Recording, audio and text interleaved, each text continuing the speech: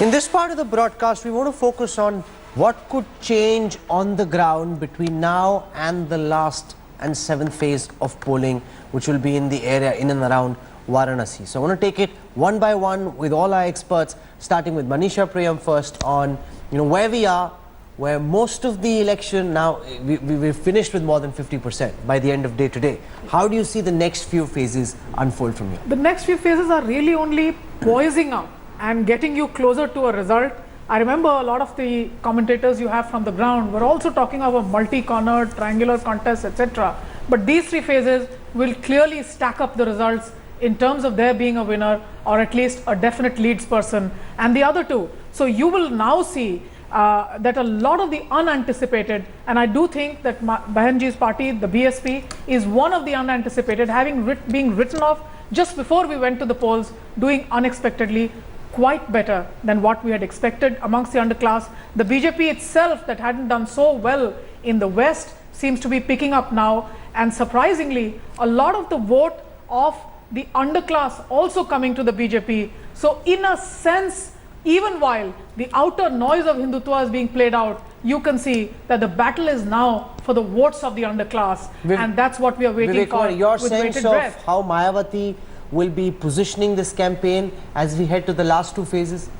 No, I think the baton has been already laid actually, and we see that how Ulema Council came to her, who had the party had already fielded 84 candidates, withdrew it, and then after Qaumi Ekta Party merged with her, and Mulayam Singh, who is MP of Azamgarh, is not going for campaign. So that also speaks that there is no consolidation of as far as coalition is concerned. The coalition in this phase will be the party which will be marching ahead will be BSP right now because of different combinations and permutations. Rahul, if I can come in here, I want to join issue on this issue of Ulama Council and Imam Bukhari. These people, their voice, they don't carry weight at all. There's empirical evidence. They do not influence votes. Muslims may or may not, if Muslims vote for BSP, it will be despite the Ulama Council, despite what the Imam Bukhari says, they will vote because Ansari, I'm talking about Ansari. This is there. Nobody's captive. They will vote because they want to vote for their own reasons, not because somebody's giving them a directive. Ashok Malik, from the BJP's perspective, the last two phases, we already heard that the Prime Minister is campaigning a lot more than he originally planned. Is that, now critics say that's a sign of desperation, BJP supporters say it shows he's going in for the kill? See, it could be. You could read it both ways. You could read it both ways, and you can keep arguing about that. I think if you look at the 2014 election as well, this was the region where the last two rounds of the election, national election, were fought, and this is where the BJP really then consolidated, went for the kill, to use your expression, and won big. And I presume the Prime Minister wants to repeat that. And this is as Manisha said. We've seen a three-way fight. We've seen a tight three-way fight in this election. In this phase, especially in Purvanchal and Eastern UP, this is where I expect one of the three parties will slip behind, and the other two will East UP will decide who rules Lucknow for the next. So now the point is, my hunch, and this is only a hunch, is that it may be the alliance which will slip behind, and this may end up being a fight between the BSP and the BJP. There's a lot that's been said about how the Akhilesh campaign isn't quite taking off the way a lot of Bhaiya supporters would have expected. Shivam Vij, what's the sense? Why is the Akhilesh campaign, there was so much fawning commentary in the build-up to this election, right before the first phase when he was fighting with his uncles, fighting with his father, that this will be a big Akhilesh wave. The campaign somehow doesn't seem to have come together. I think Rahul, is very simple. On the streets, in the villages, you heard people saying Akhilesh, Akhilesh in December, Jan, so we all wrote about that. Now suddenly we don't hear that so much, and I think there may be several reasons for that.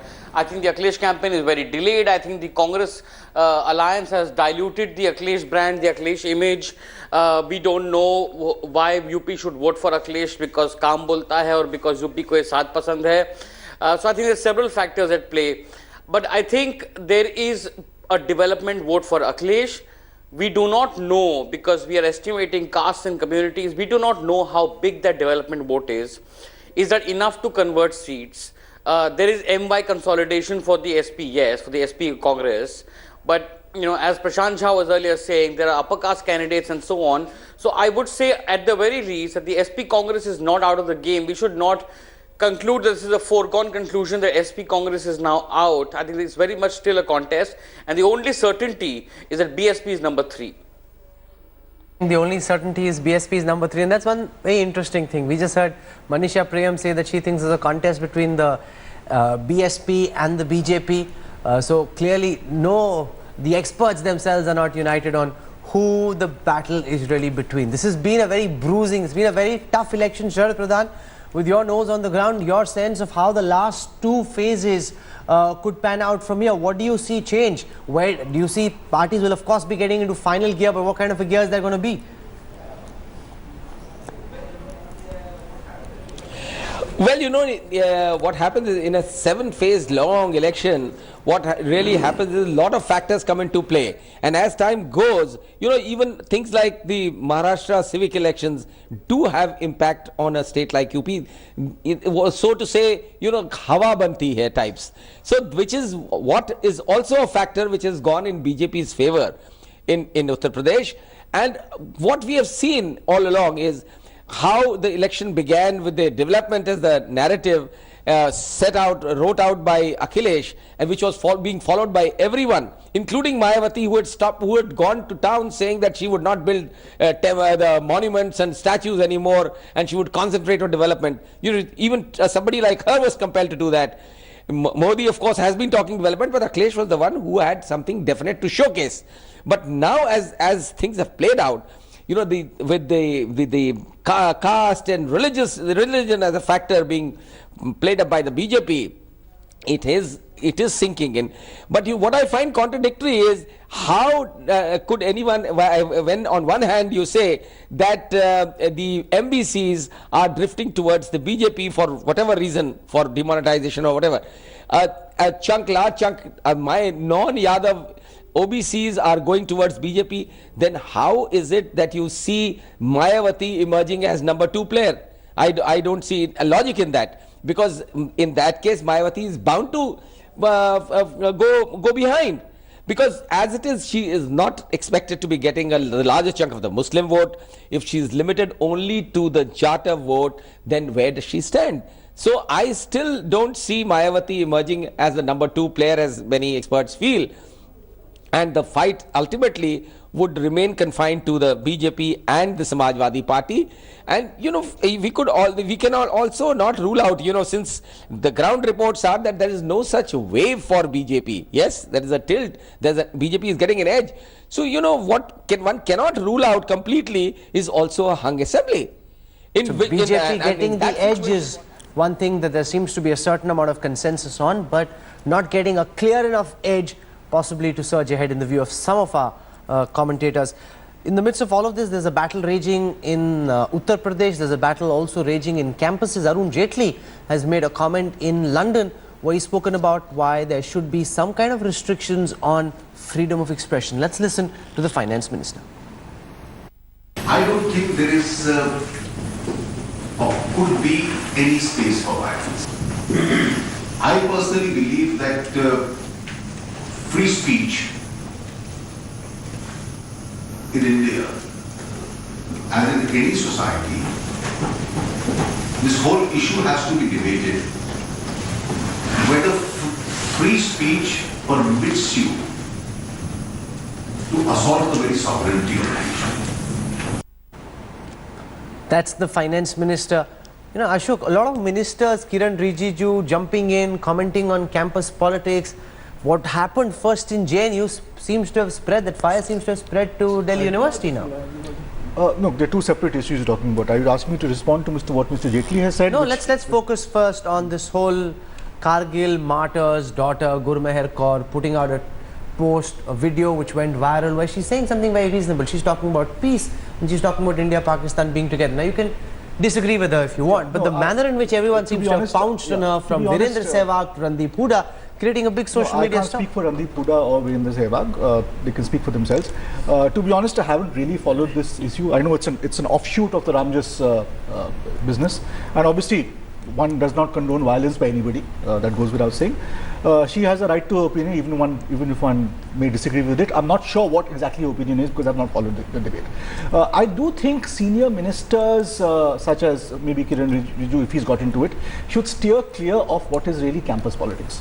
Which is a very competitive campus politics where the ABVP has a strong voice, so do anti-ABVP forces or anti-ABVP political groups, which also have a legitimate voice.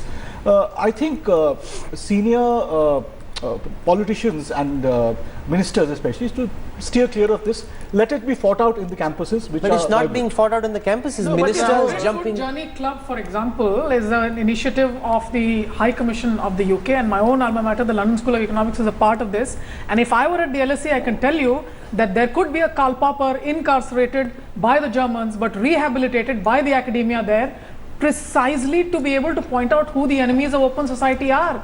So it's quite out of place now to be told that from the university campuses, from places that are an alliance of the university campuses, you tell us now that free speech or free thought indeed is something that should be politically censored. There can be ideological counterfactuals, there can be idea counterfactuals, there can be a critique. I may not agree with her, Vivek. But the fact is, she's saying that India and Pakistan should work towards peace. You can't, just because she's saying this, you're labeling her as anti-national. She's getting making it seem as if she said something inappropriate. Rather unfortunate this. No, Rahul, I think we should understand that there is an intense fight, ideological fight, which is going on campuses. That's fine. Right, Which is fine. No, but the fight is fine. But if you really dismantle the institutions which you have built meticulously over the years, what are you going to showcase in the future? This is the only university like Jawaharlal Nehru University where I come from.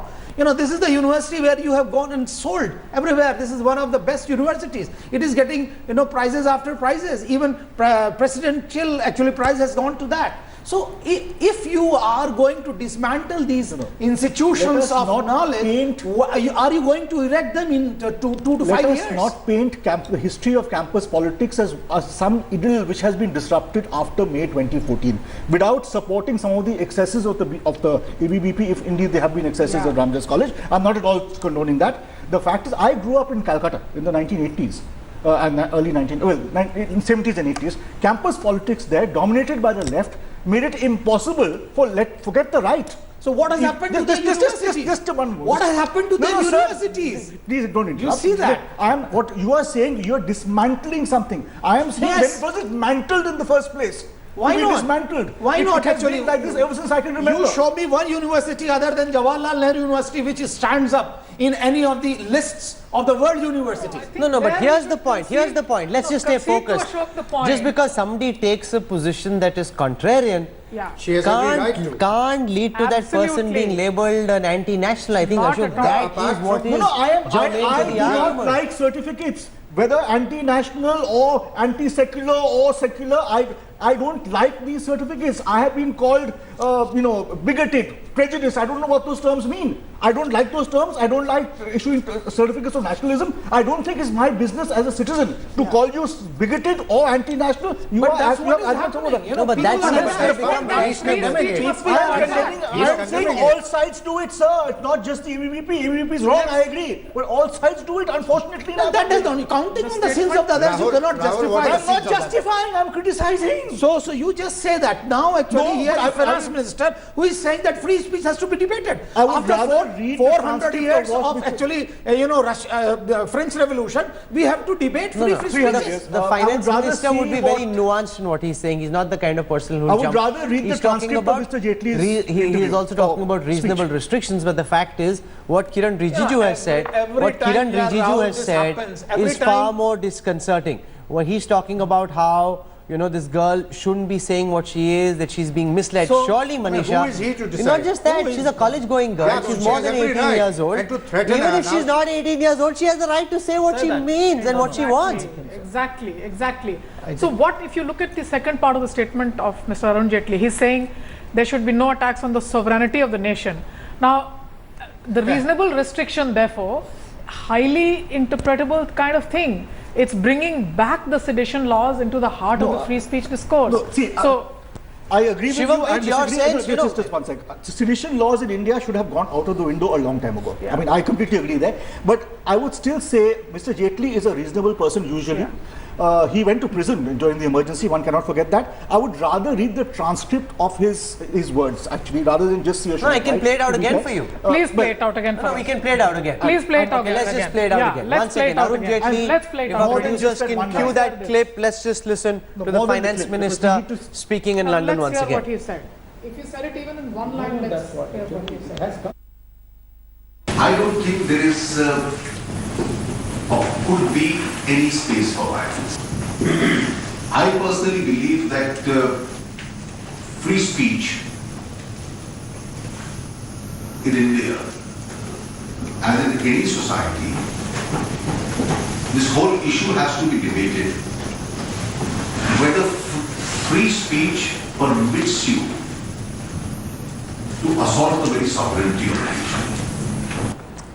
Free speech cannot be misused to assault sovereignty of this nation. You know, there have been... As far as I'm concerned, free speech, as long as free speech does not promote and instigate violence, is fine. No, but that's not what he's saying. I agree with him. So if this is what he's saying, and if it stops there, then obviously I disagree with him, because free speech. No, you have to make up whether you agree with him or disagree. Because I haven't heard the full sentence. I've only heard one bit. look, You know, he could have said more after this.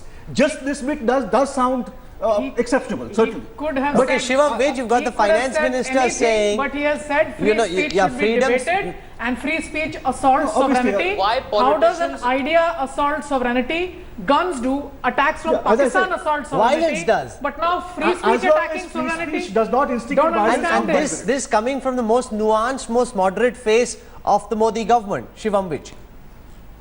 Rahul, I don't understand why politicians suddenly remember reasonable restrictions and free speech assaulting the sovereignty of the nation when they're in power. When Arun Jaitley was in opposition and Kapil Sibal was putting people in jail for publishing cartoons online, then Arun Jaitley was speaking of free speech and remembering the emergency, and Kapil Sibal was making the arguments on sovereignty of the nation and for reasonable restrictions.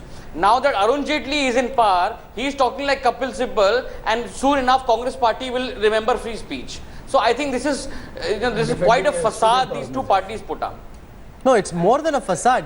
What we're seeing now, this is rooted in the idea of what is India. Can people criticize this nation? Can people criticize the government's policies and not be considered anti-national? I think this debate, when you've got, look at what Kiran Rijiju, the Minister of State for Home, has said. Who's polluting this young girl's mind? This is about that girl on your screen right now, Gurmeher Kaur. She's an army officer's daughter. Her father was a captain when he died in the Kargil war. And she's put out this post where she's saying that in her view there should be peace between India and Pakistan. Rather unexceptionable this. And yet look at the response that's come in. They've piled on to her like a... She's been threatened with rape. She's on She's record. saying that, but yeah, that's Yeah, true. I mean, she's saying that. Sure, sure, and that's very unfortunate. She should be allowed to say what she wants, Vivek Kumar, So the without real having threat everyone to come down on her. sovereignty is from 16-18-year-old speech. Is that what you're really fearing?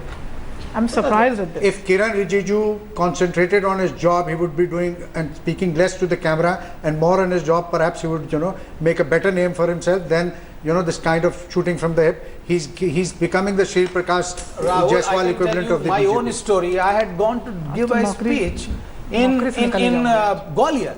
I was attacked with Bharatiya Janata Party Yuva Morcha, and I saved my life anyhow. So Sharad Pradhan, it's not that actually. This has happened in the past. We saw a similar debate play out last year when the whole JNU controversy happened. It seems it gives me a sense of deja vu. Yeah, this is a double-edged weapon. Very smartly they come out with such statements to twist and turn it whenever they want it to their advantage. And by talking of sovereignty, he is not talking in sovereignty in objective terms. Let me tell you, tomorrow when it suits them, they will convert it. They'll say, well, this is also against the sovereignty of the country. If freedom of expression, left to them, I think their whole ideology limits the whole concept of freedom. And they don't like it, and it suits them. Their freedom is limited to their ideology only. Anybody not agreeing with them is their enemy, and they can go to, like, for instance, if they have done this kind of a thing with this 16-17-year-old girl, threatening her with all kinds of things, it is disgusting. Somebody like Jaitley is least expected from him. He should come out. He should now come out with a statement that that is not what he meant. Because this is how they twist and turn. That is very, very unfortunate. And especially, you know, when you are in power, you say something else. When you're out of power, this kind of shooting is absolutely uncalled for. And Isha Priyam, Vivek Kumar. Thanks also to Ashok Malik, Javed Ansari. Javed and I will be on a road trip in eastern Uttar Pradesh in a couple of days from now. Might be going across to Javed's hometown as well. Looking forward to a sumptuous meal there. Javed's been promising to whip up. I hope you're not cooking though, Javed. No, I'm not. Okay, good. Then we're in safe hands. Thank you so much also, Sharad Pradhan, Prashant Jha, Shivam Vij for joining us. Hope to bump into you somewhere along the road. We're slipping into a break. We have a lot happening. Campus politics, you know, there's this BJP MP, Pratap Sinha, who's just tweeted comparing the soldier's daughter Gurmeher Kaur with Dawood Ibrahim, saying that he's a soldier's daughter, he was a policeman's son. You know, at least Dawood did not use the crutches of his father's name to justify his anti-national stand. And this coming from a BJP MP. Ashok, take a look at this. Policeman's son, soldiers, this is really, really, really, really unfortunate. If there are to be reasonable restrictions, there must be restrictions on wiles such as this.